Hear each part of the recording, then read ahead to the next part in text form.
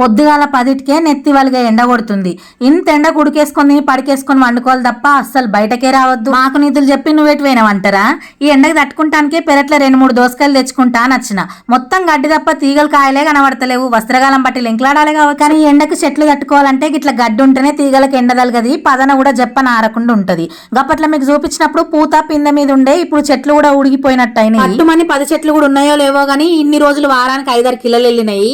ఇంతకు ముందు దోసకాయ చెట్లు మీకు చూపించిన ఎన్కౌంటర్ సీడ్స్, కానీ ఇవి మేము ఎప్పుడు తెచ్చుకునే ఫర్టిలైజర్ షాప్ లా మా ఆయన వరికి మందులు తీసుకునేటప్పుడు ముందట 10 రూపాయల సీడ్స్ ప్యాకెట్లు కనిపించినాయి. ఆ గివ్వెంగ్ అత్తైతే అనుకునే తీసుకున్నా, కానీ ఆ ప్యాకెట్ పైన ఇచ్చిన ఫోటోలో మొదటాకు నుంచే పూత ఎట్లుందో కాయ ఎట్లుందో అచ్చం అట్లనే మాకు కూడా కాదు. అందుకే ఇత్తనం మంచిది కావాలని చూడాలి తప్ప ధర ఎక్కువనా తక్కువనా అని చూడొద్దు. ముందు రోజు మా మామయ్య మార్కెట్ కి తెంపకపోయిండు, అందుకే 4-5 దొరికినాయి. దేవులాడంగా తెంపినాయి. చల్లగా వెబ్ చెట్టు కింద కూర్చొని తిన్నా. ఈ ఎండకి ఇంకో 10 నిమిషాలు చెట్టు కింద ఇట్లే కూర్చుంటే అట్టిగానే నిద్ర వచ్చేటట్టుంది.